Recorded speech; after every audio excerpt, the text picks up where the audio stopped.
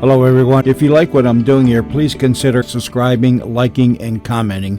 It would really help the channel out quite a bit. Thank you very much.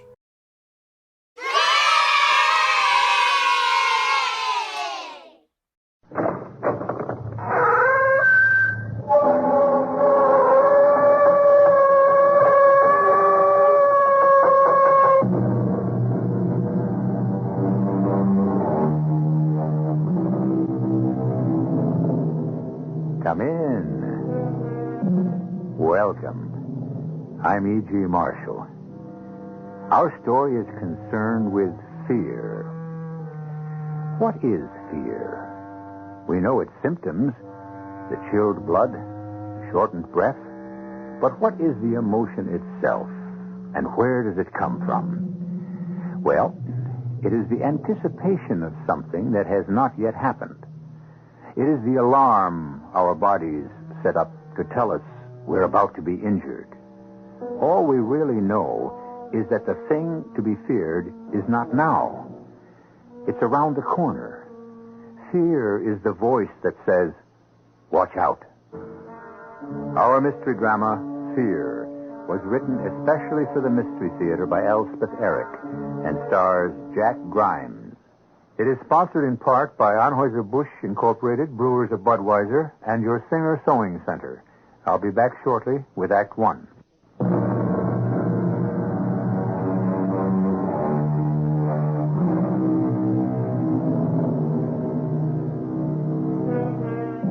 No one lives, has lived, or will ever live without fear.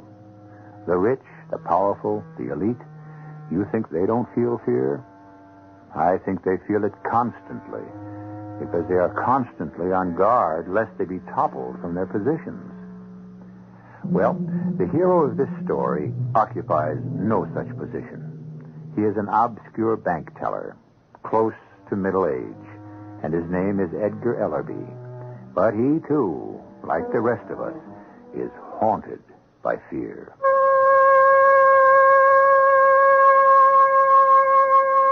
I've been afraid all my life. Of what? Of everything. And I mean everything. When I was little and in school, I was afraid the teacher would call on me and I wouldn't know the answer. If I knew it one time, I was sure I wouldn't know it the next. If I asked a girl for a date and she turned me down, I was scared to death there was something repulsive about me that I didn't know about and couldn't correct. If she accepted, I was sure there was something awful about her. Even now, I can't mail a letter without worrying that I've forgotten to put a stamp on it or gotten the zip code wrong. You'll wonder why I became a bank teller. Well, there was something about having to account for money at the end of every single day. You can't go home unless you've balanced everything out. I thought that would be a calming influence.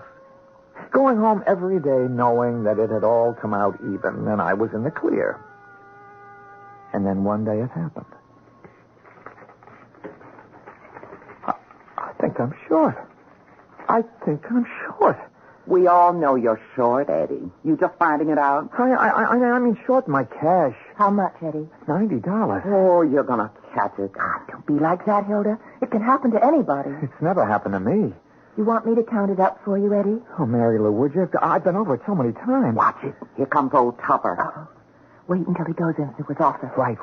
Wouldn't do to have the manager find out you can't add. I'm tired, that's all. Just shut up, Hilda. Good afternoon, Mr. Tupper. Miss Grant? Mr. Tupper? Step into my office, will you, Ellerby? Now, Mr. Tupper? Right now. Afternoon, Mr. Tupper. Good afternoon, Miss Schwartz. What do you suppose he wants? He couldn't have found out I'm short in my cash. Of course not. I just found out myself. Bad news travels fast. Oh, Hilda, don't be so dumb. This is the first time he's asked to see me about anything.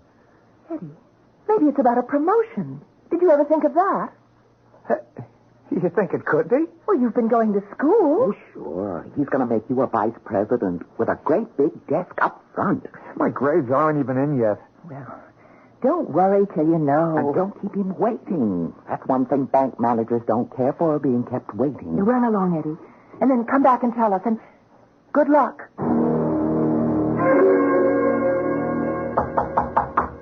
Come in.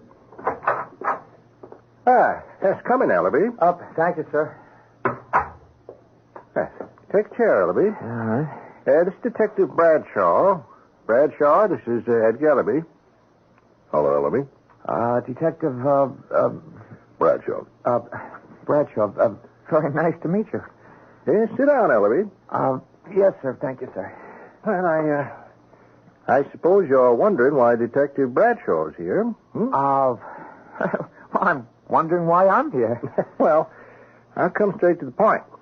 One of our branches was held up this noon. It was? Held up? The one over by the river. That's terrible. Fella got away with $8,000. Gee, that makes me feel terrible. It happened about 12:15. 12:15. Gee, that's terrible. Guy walks up to one of the tellers, says, hand it over. Teller hands it over. Guy walks out, over, done with. Like that. That's awful. Where were you at that time, Ellerby? Well, me? Well, I was here. Oh, no, wait. You said 12:15? That's right. Oh, I was on my lunch hour. That's my lunch hour, 12 to 1. Do you mind telling us where you ate lunch? Which restaurant? Well, I don't eat in restaurants. I eat... Well, I mean, I bring my own lunch in a lunchbox, sandwich, piece of fruit, and... Where do you eat it? Well, sometimes in the park, but sometimes I eat it here. Where did you eat it today? Well, today it was so hot. Well, today I didn't eat in the park. I ate down by the river. Uh-huh. But nowhere near the bank. Nowhere near, but blocks from where that branch is. Blocks from there. Mm-hmm. Anybody see you? Well, somebody must have. Who? Well, somebody. I went right down to the riverbank. I wanted to catch a breeze off the river if I could. I remember I thought of going out on one of the piers, but they were unloading a boat, so I didn't. I just sat down on the bank. So the guys unloading the boat didn't see you? Well, they might have noticed me. That they might have. Of course, they were pretty busy, but they... look, you don't think... You couldn't possibly think, or you... Well, you couldn't think that I...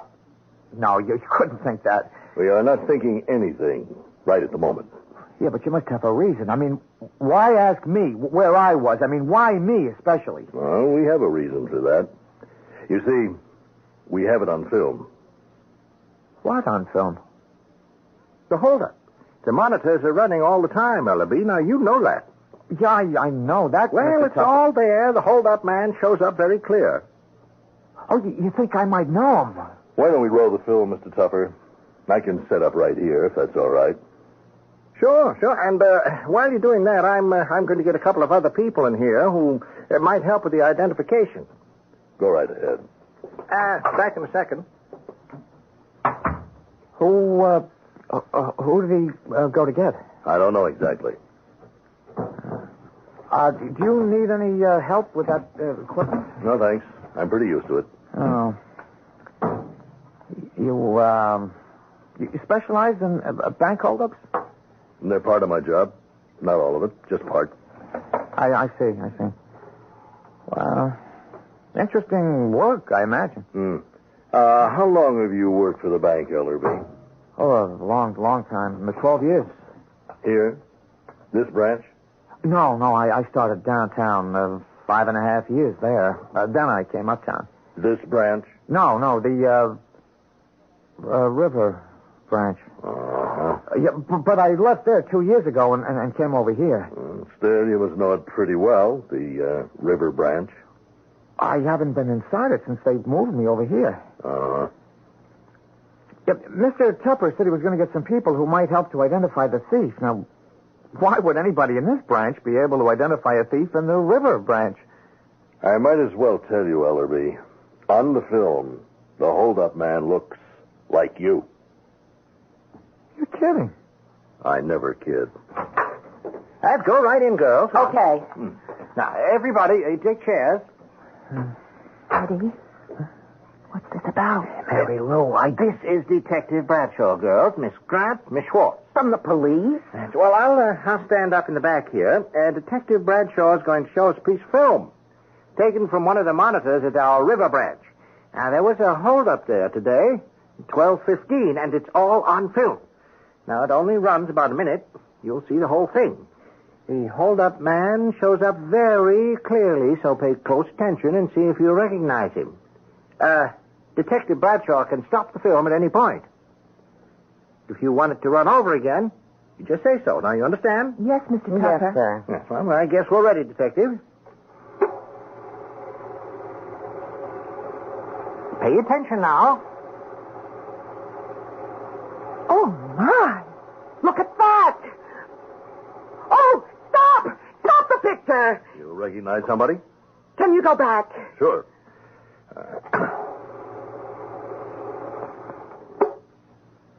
Here we go again. It's Eddie. Hilda. Eddie, it's you.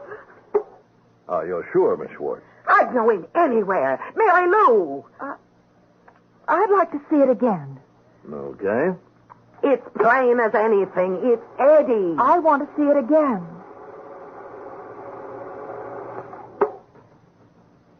Here we go. Plain as day. Shut up, Hilda. No, would you stop it, please? That's not Eddie. How can you say that? Eddie's not that tall. How's that? You can see that man's shoulders over the top of the counter. Mm-hmm. Well, if it was Eddie, you wouldn't be able to. You'd just see his head and his neck. Well, how do you know all this, Miss Grant? Well, Mr. Ellerby is 5 feet 1.5 inches tall, and the counter is 4 feet 4 inches high, so standing at the counter, you'd see only as far as his shoulders. You wouldn't see his shoulders at all. What's your height, Ellerby? 5 feet 1.5. You won't mind if I check that later? No, not at all. Now, of course, I'll check the counter, too. Yeah, of course. All right, folks. All right, that's all. I'd like to say something else, Mr. Tupper. That is all, Miss Grant. Anybody who thinks that Mr. Ellerby would rob a bank is crazy. Miss Grant, we are just investigating possibilities. Well, Mr. Ellerby is not a possibility. It's not possible for Edgar Ellerby to be a thief or a liar or anything like that. Mr. Ellerby is honest and sincere and kind and good and a wonderful man. All right now. Wonderful man. Wonderful. I just sat there. I couldn't believe what had happened. And I couldn't believe what was happening. I couldn't believe that a man who looked like me had robbed a bank and taken $8,000. I couldn't believe that a camera had taken a picture of the whole thing. And I couldn't believe that Mary Lou Grant thought I was a wonderful man.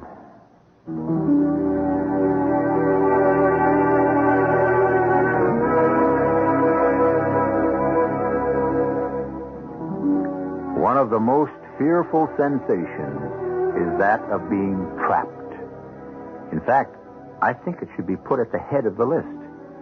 Illness is frightening. Natural disasters are frightening. The unknown can be frightening. But to be caught in a snare, to be ambushed, that may well be the most frightening thing of all. I'll be back in a few moments with Act 2.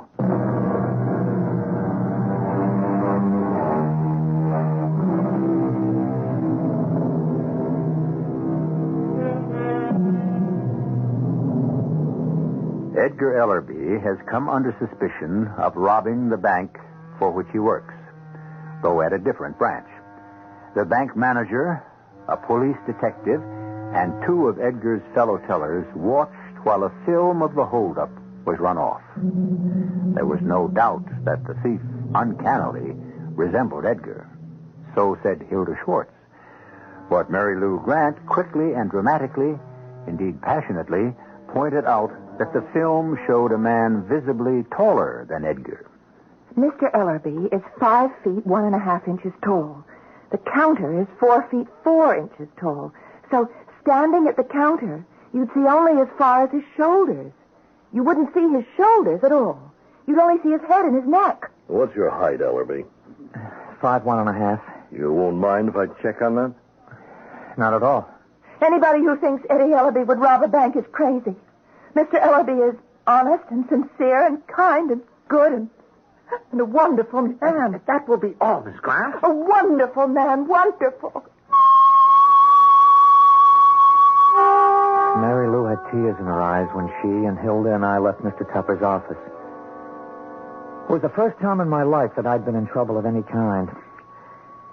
And it was the first time in my life anyone had shed tears because of me. Don't worry, Eddie. It'll all come out all right. I hope so. Believe me. I'll try. You got to admit, the man on the film looks like you. I know. Looks exactly like you. I know. Same nose, same eyes, same upper lip. Hilda, you know Eddie didn't do it. Then it was his doppelganger. His what? His doppelganger. His double. I've got a double? Everybody has. Didn't you know that? Sometimes it's a ghost. Well, a ghost wouldn't hold up a bank. How do you know what a ghost would do? Well, I guess I don't. Sometimes the ghost doesn't just look like the human double. He sounds like him, too. Well, the film doesn't record the sound, just the picture. But the teller at the river branch might remember the voice. And it might turn out to be your voice, Eddie. Oh, shut up, Hilda. Sometimes people see their own doppelgangers. Scary, huh? Very scary. But you can't get away from the fact that the hold-up man was taller than Eddie.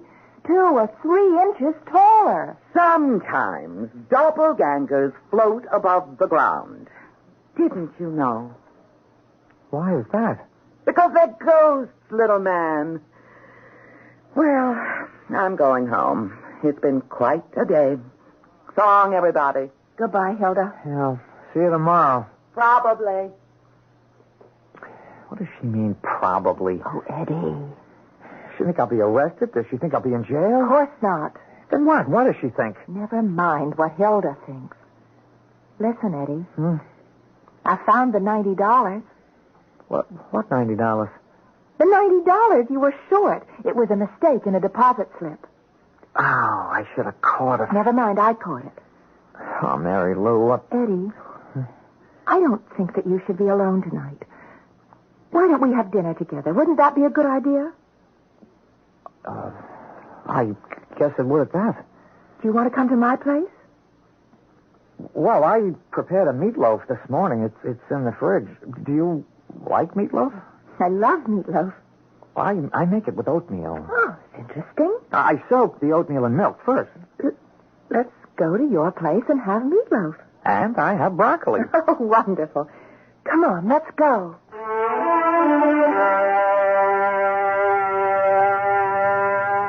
Funny. This was the first date I'd ever had with a girl that I looked forward to. Not that I'd had so many dates, but the ones I did have never turned out too well. Now, here I was in my own apartment with a girl I'd worked next to for 2 years and never asked to go out with me. Here I was in the only real trouble I'd ever been in, and I was having a wonderful time. Well, the meatloaf will take an hour, so I opened a bottle of wine. Wonderful. I don't know if you'll like the broccoli. Well, of course I will. Well, I parboil it, and then I saute it in butter and garlic. Sounds fascinating. Oh, it's different. Here's your wine. Thank you. I was just looking at your books. Oh, yeah. Well, I read a lot. You read a lot of books like How to Love Yourself, books like that, and Be a Happy Neurotic. Yeah, well, I've always had trouble in that department. The loving yourself department? Well, it's hard for me even to put up with myself. Well, that's too bad. Yeah. Well, cheerio. Cheerio. You see now, like that. Why did I say cheerio? Why not? Because cheerio is for English people to say, not people like me. I'm always trying to impress people, and I don't know how, and I hate myself for trying and not succeeding. Edgar, do you mind very much being short? Oh, I'm not crazy about it. Well, I'm not crazy about having such icky hair. Your hair isn't so icky. And you're not so short. How tall are you? I'm 5'6", without heels. That's 4 inches taller than me. Well, I never figured it out. Well, that's what it is. I guess it's been very hard on you not being taller. It's been a trauma. You know what a trauma is? Yes, something that hurts. Trauma is a shock, a disturbing experience. There was a psychoanalyst, his name was Otto Rank. He said that all the trauma you go through later in life are reproductions of being born. Do you believe that? Gee, I don't know, Eddie. Do you? Yeah, sometimes I think I do. Sometimes I think the worst thing that can happen to you is to be born. Here you are inside your mother where it's all warm and safe. And all of a sudden she decides she's had enough of you. She starts to get rid of you. Yeah.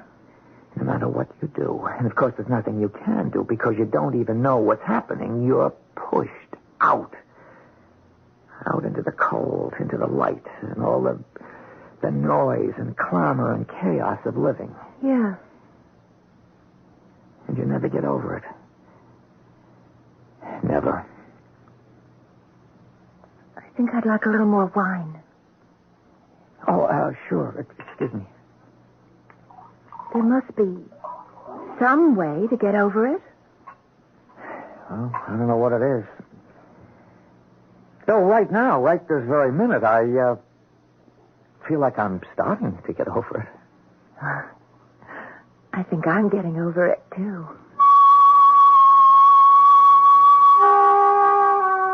She liked the meatloaf. And she liked the broccoli. And we had melon for dessert, and she liked that. After dinner, we each had a brandy with our coffee. I was feeling just wonderful. I couldn't stop talking. I tried, but I couldn't stop. It's like a disease with me, trying to be something. Because I feel like I'm nothing.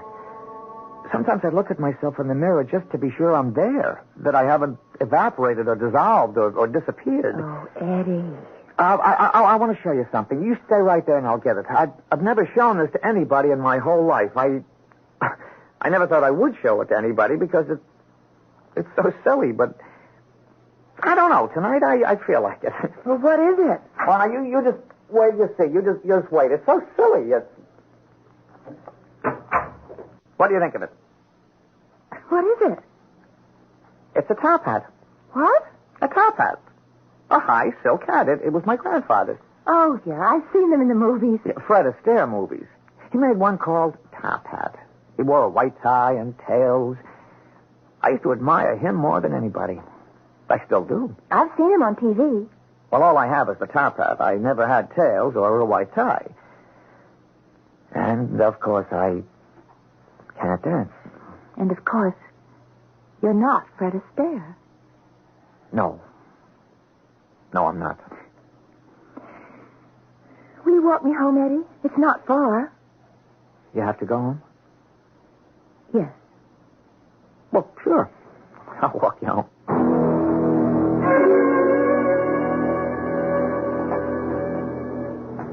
You say you're 5'6"? Without heels. You're not scrunching down. Not what? Well, you're not trying to be shorter. Well, why should I? Eddie. Hmm?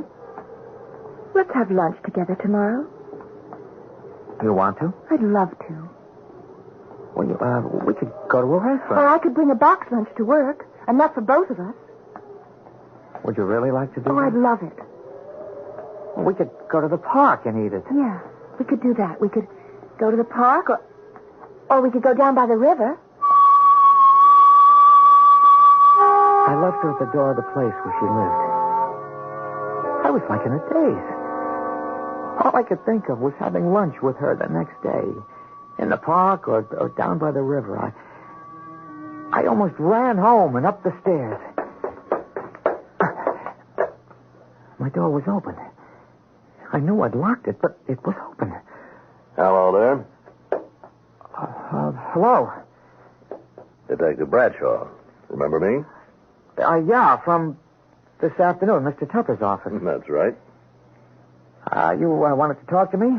You, had somebody here for dinner. Mary Lou Grant from the bank. You met her. Mm-hmm. The one that stood up for you, huh? The one that said you couldn't be the hold-up man because you're too short? 5'1", she said. That's right. 5'1.5". She said the counter at the bank is 4'4", and if the hold-up man was you, your shoulders wouldn't show up on the film, only your head and neck. Now, isn't that what she said? Yes. She your girl, this Mary Lou? Yes. No, she's a friend. She know you wear lifts? What? Does she know you wear lifts in your shoes? 3-inch lifts? I don't. No? Now, what are these? I found them in the bureau. They're lifts. Yeah. Yes, they are. 3-inch lifts. With these in your shoes, you'd be 5'4.5" wouldn't you, huh? And your shoulders would show above the counter. That's how I figure it, Ellaby. How do you figure it?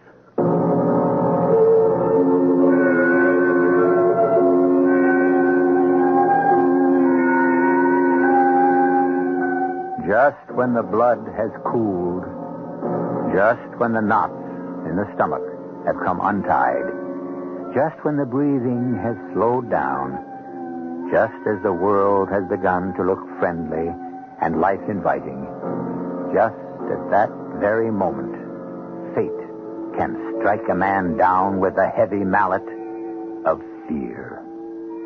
I'll be back shortly with the final act of our story.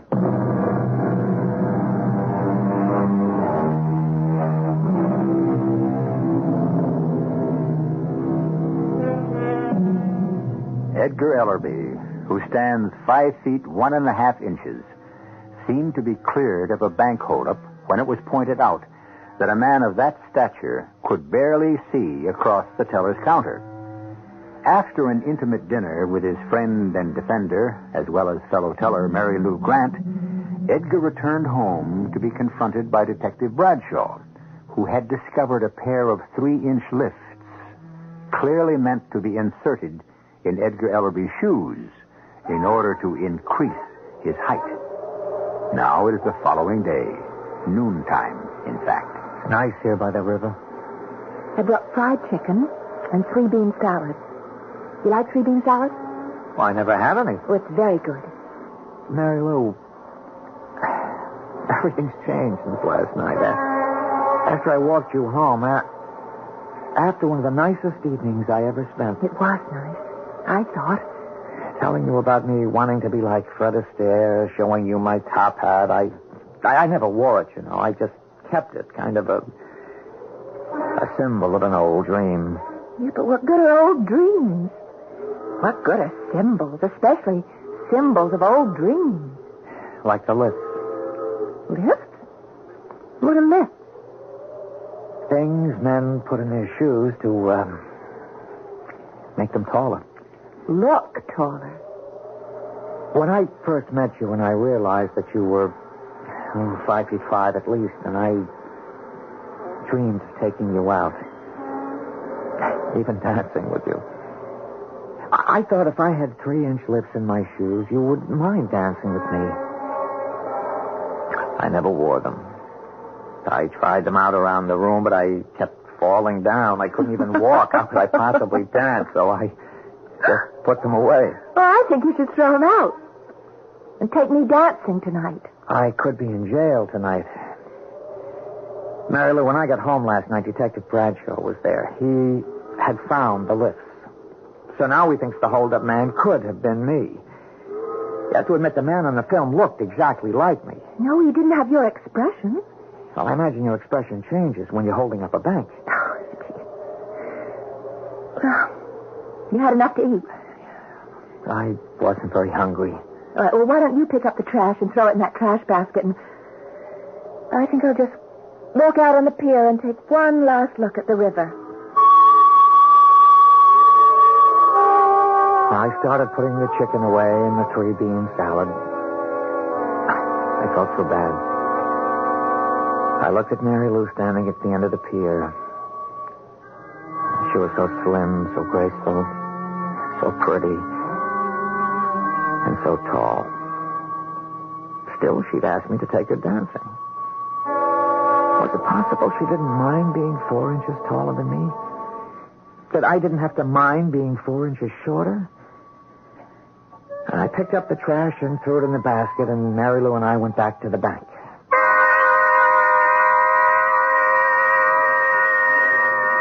The late lunch people are thinning out. Yeah. Oh, there you are, madame. Thank you. Next? Yes? Oh. Everything you've got. Hand it over. What? All of it. This ain't a cap pistol. Well, what are you... You all right, Eddie? It's happened. You look funny. Quit stalling, Ellaby. Eddie? I don't know what came over me. It didn't feel like me at all.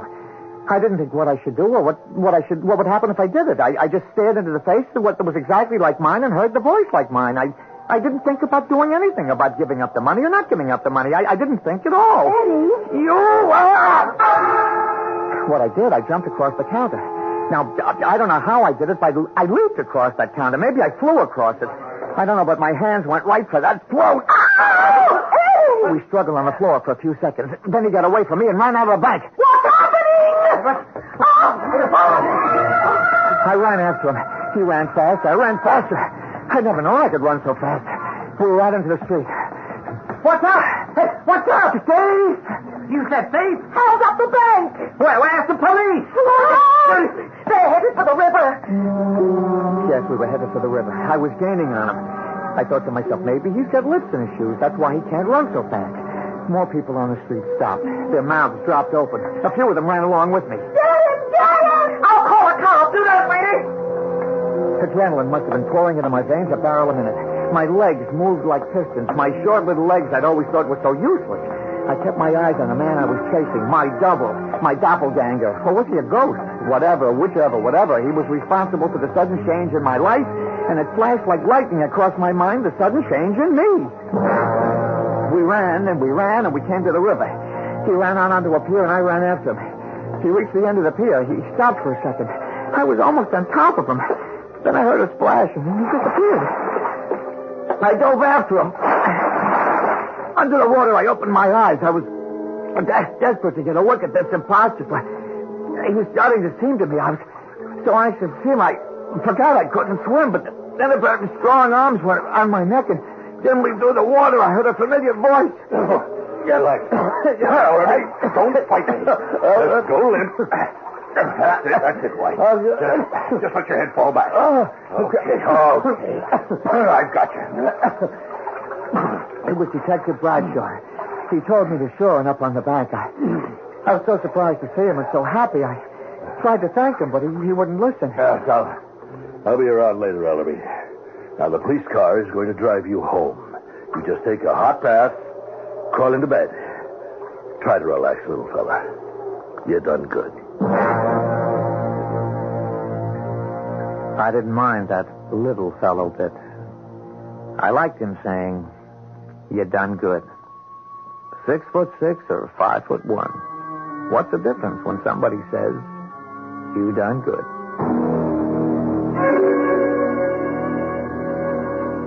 I went home and took a hot bath and laid down on the bed and thought, what a nice feeling not to be afraid anymore. Not really because I'd run after the bank robber, but more because I'd found out that I'd had it in me to do something like that. I thought about it till I fell asleep. A couple of hours later, the phone rang.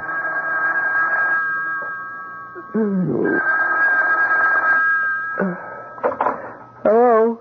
Mr. Tupper here, Ellaby. You all right? Oh, yeah, I'm fine, Mr. Tupper. I wonder if you'd mind coming down to the bank. What? Oh, did they find the robber? No, not yet.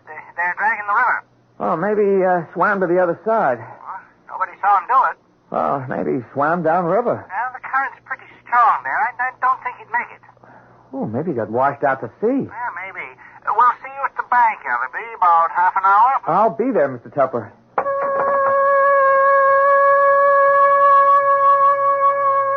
When I got to the bank, Mr. Tupper met me and showed me into his office. It was just like before. Hilda was there, and Mary Lou, and Detective Bradshaw.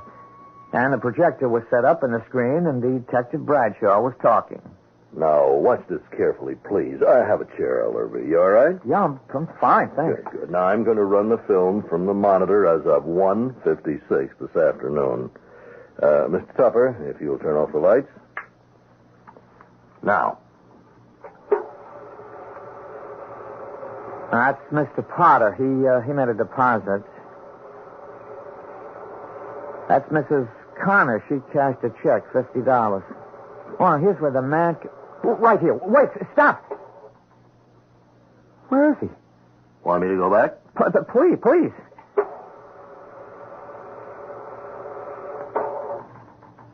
Here we go. Mr. Potter? Mrs. Connors? Then... nobody. I see somebody. There you go, Ellerby. Across the counter. But there was somebody. Want me to run it again? Look, there was somebody. Why would I jump over the counter if there wasn't anybody there? You didn't see anybody on the film, did you? No, but I did. I saw somebody. Now, Hilda. I did. Nobody else did. Not everybody has the power to see ghosts. Just what did you see on the film, Hilda? I saw Mr. Ellerby. Only a little taller. I saw Mr. Ellerby's double. We don't believe in ghosts at this bank, and I don't imagine the police believe in them either. Then what did I chase down the street? What or who dove into the river? Well, we haven't found a body. I have my doubts we ever will. It's funny, though. We did find something. A clue? You found a clue? No. Nothing like that. We found a high silk hat. What they used to call a top hat. You remember them? Now, why would anybody throw a top hat in the river? Why would anybody even own a top hat? Mary Lou and I left together. We wandered down to the river where we'd had lunch just a few hours before. There was the pier where I'd run after what I thought was a bank robber. Where I'd seen him jump in. I'd heard the splash. Where I jumped in after him. How do you feel, Eddie? Oh, all right, I guess. Let's sit down, shall we? Imagine this is where it all happened, or didn't happen. Oh, it happened, all right. What happened? Did I have a hallucination? What was it? Well, maybe. Did I make up the whole thing? Was I just showing off, or what? Does that matter? It does to me. Why can't you look at it this way? You thought you saw a bank robber that looked like you, except that he was 3 inches taller. Or if Hilda is right, you did see him. You saw your double, your doppelganger. But whichever it was, you didn't fold up or fall over in a faint or even yell for help. You jumped across the counter and you tackled him. And then you chased him out of the bank and down the street. And you jumped in the river after him when you can't even swim. Yeah, I did that. Well, do you think that a man who goes out in the dark after a burglar without a gun and all alone is any less brave because there was no robber there in the first place? He thought there was, and he went anyway.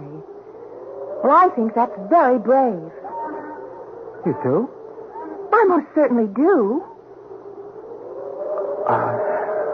We've never been what you'd call really close, Mary Lou. Oh, I've always felt close to you, Eddie. You just haven't felt close to me. I wanted to. You wanted to be Fred Astaire, and I wasn't Ginger Rogers. You're prettier than Ginger Rogers. Well, I'm one thing Ginger Rogers isn't.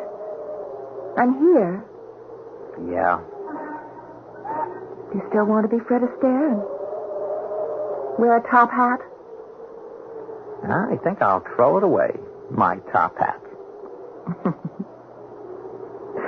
I already did.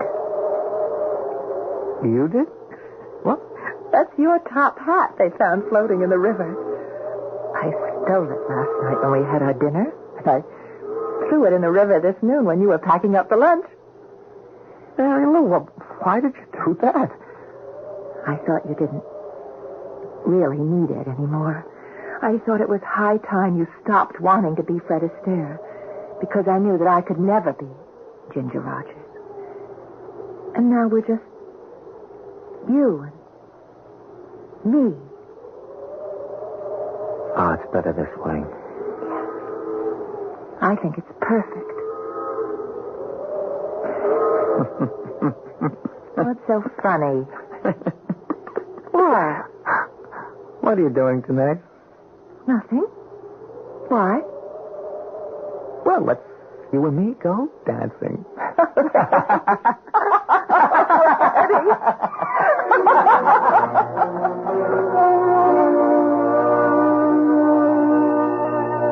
Fear means paralysis. Fear means the inability to act. Fear means being stopped in your tracks. Fear means being helpless as an infant. Fear is the enemy of life. Yet, as we have seen in the case of Edgar Ellerby, the paralysis can be broken. The ability to act can be restored. We can overcome helplessness and move in our tracks. So the real enemy is not fear itself, only the fear of fear. I'll be back shortly.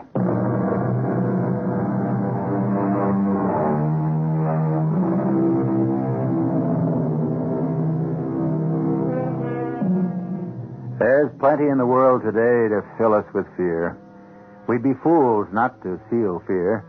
Yet we must move, must act, must overcome paralysis, and stop acting like children. So with fear in our hearts, let us be courageous. Haunted by dread, let us dare to look around the corner, see what's there, and whatever it is, deal with it the best we can.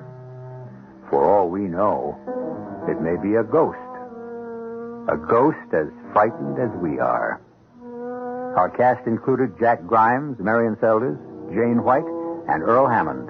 The entire production was under the direction of Hyman Brown. Radio Mystery Theater was sponsored in part by Buick Motor Division.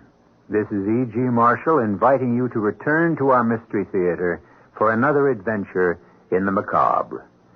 Until next time, pleasant dreams.